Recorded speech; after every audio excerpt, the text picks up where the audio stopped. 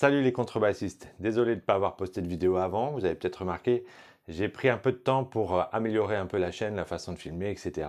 Et ça a pris plus de temps que j'avais prévu au départ. Mais venons au cœur du sujet, j'ai eu plusieurs messages sur quelle contrebasse acheter en termes de taille. On voit des 4 quarts, des 3 quarts, des 7 neuvièmes, des quarts, des demi, il y a des petites et des grosses. Quelle contrebasse faut-il acheter pour vous? Donc je vous connais, hein, juste avant de cliquer sur le bouton, vous êtes là à regarder sur internet, etc., savoir ce qu'il faut faire. Je vais tout vous expliquer et à la fin de cette vidéo, je vous mets un gros warning sur la façon d'acheter sa contrebasse. Allez, on y va.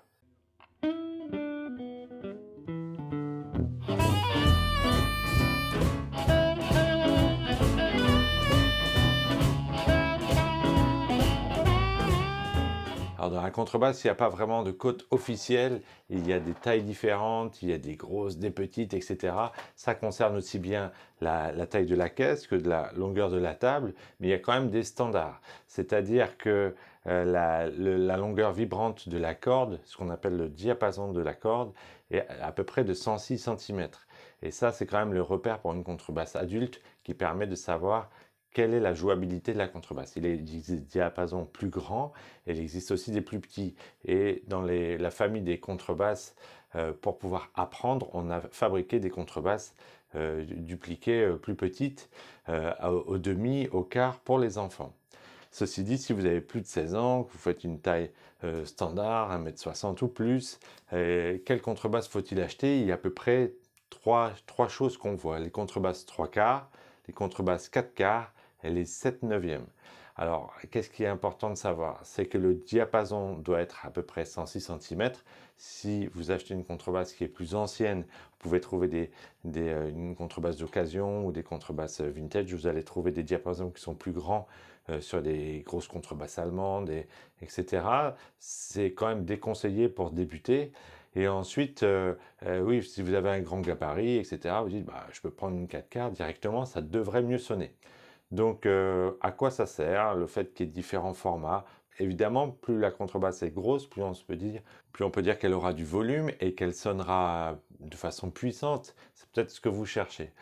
Dans les instruments acoustiques, bien souvent, la qualité sonore n'est pas complètement liée à la taille. Même si les grosses contrebasses 5 cordes vont avoir une cohérence avec le si grave pour avoir une grosse caisse de résonance, il faut aussi savoir que les contrebasses 4 cordes normales peuvent être relativement petites et très puissantes parce qu'elles sont de belles fabrications.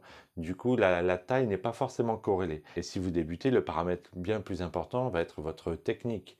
Et du coup, je vous ai déjà expliqué que les doigts, l'archet, la main droite, la main gauche créent le son d'une façon beaucoup plus puissante que la qualité de l'instrument.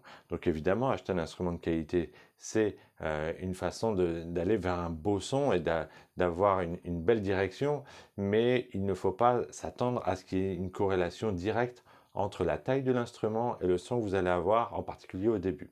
Alors à quoi ça sert d'avoir une contrebasse plus grosse ou moins grosse, etc. Évidemment, une des façons les plus importantes de voir la contrebasse, c'est qu'aussi il va falloir la transporter, il va falloir la mettre dans la voiture, la passer dans le métro, etc. Et en fait, même si vous êtes grand, avoir une contrebasse 4 quarts est quand même un engagement au quotidien un petit peu lourd. On a plus de mal à passer les portes, etc. Et en fait, le vrai standard des contrebasses, c'est la contrebasse 3 quarts, la contrebasse avec laquelle la plupart des musiciens jouent est une contrebasse 3 quarts. On continue à fabriquer des 4 quarts, mais ça n'est pas l'usage principal des musiciens. Alors si vous débutez, même si vous êtes grand, pour des questions de pratique, de mettre la contrebasse dans la voiture, voilà, de manipuler votre contrebasse au quotidien, il n'y a aucun intérêt à avoir une 4 quarts. Du coup, je vous engage plutôt à regarder, à essayer des contrebasses 3 quarts. Pour les enfants qui, eux, commencent à contrebasse plus jeune, avant on prenait des violoncelles qu'on transformait en contrebasse et maintenant il existe des contrebasses un quart, demi, mais je vous conseille de vous rapprocher du professeur parce qu'à cet âge-là, en général, on prend des cours. Mais la règle assez simple est que la contrebasse doit être à peu près de maximum de la taille de la tête debout, sans la pique. C'est vraiment le maximum, puisqu'une fois qu'on va mettre la pique, la tête va dépasser. Donc mon gros warning, je vous vois, vous êtes pressé d'avoir une contrebasse, alors vous regardez sur internet ce qui peut se faire, etc. Mais mon gros warning est que c'est assez délicat comme premier achat d'acheter sa contrebasse sur Internet. On va vous la livrer, elle ne sera pas forcément montée avec le chevalet, etc. Est-ce que le chevalet sera bien préparé? Vous allez devoir passer chez le luthier très probablement. Alors pour moi, une des expériences initiatiques importantes est aussi d'aller visiter un vrai luthier. Les magasins de musique standard ne connaissent pas forcément la contrebasse, vous allez trouver des guitares, etc. Ça ne se vend pas comme des guitares, les contrebasses. Du coup, vous allez trouver peut-être des contrebasses ou des sticks là-bas, vous allez poser les mains dessus, le vendeur n'y connaît rien, et concrètement, vous n'aurez pas le même conseil. Faites quelques dizaines de kilomètres s'il le faut, mais allez voir un vrai luthier de contrebasse, vous aurez un premier contact avec des instruments et vous verrez quel est l'univers dans lequel vous pourrez faire réparer votre contrebasse, la faire améliorer. Je vous ai déjà dit que la luthier allait vous accompagner. Alors il est possible qu'il n'ait pas de contrebasse dans vos budgets. Si vous voulez une contrebasse tout contreplaquée, il n'a peut-être pas, etc.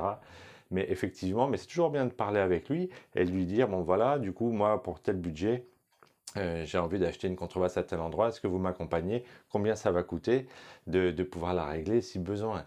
Et ça permet de vous projeter sur les 6 mois ou première année de votre pratique de la contrebasse pour pouvoir l'adapter, mettre les bonnes cordes, mettre la cellule s'il faut et d'avoir quelqu'un pour vous accompagner.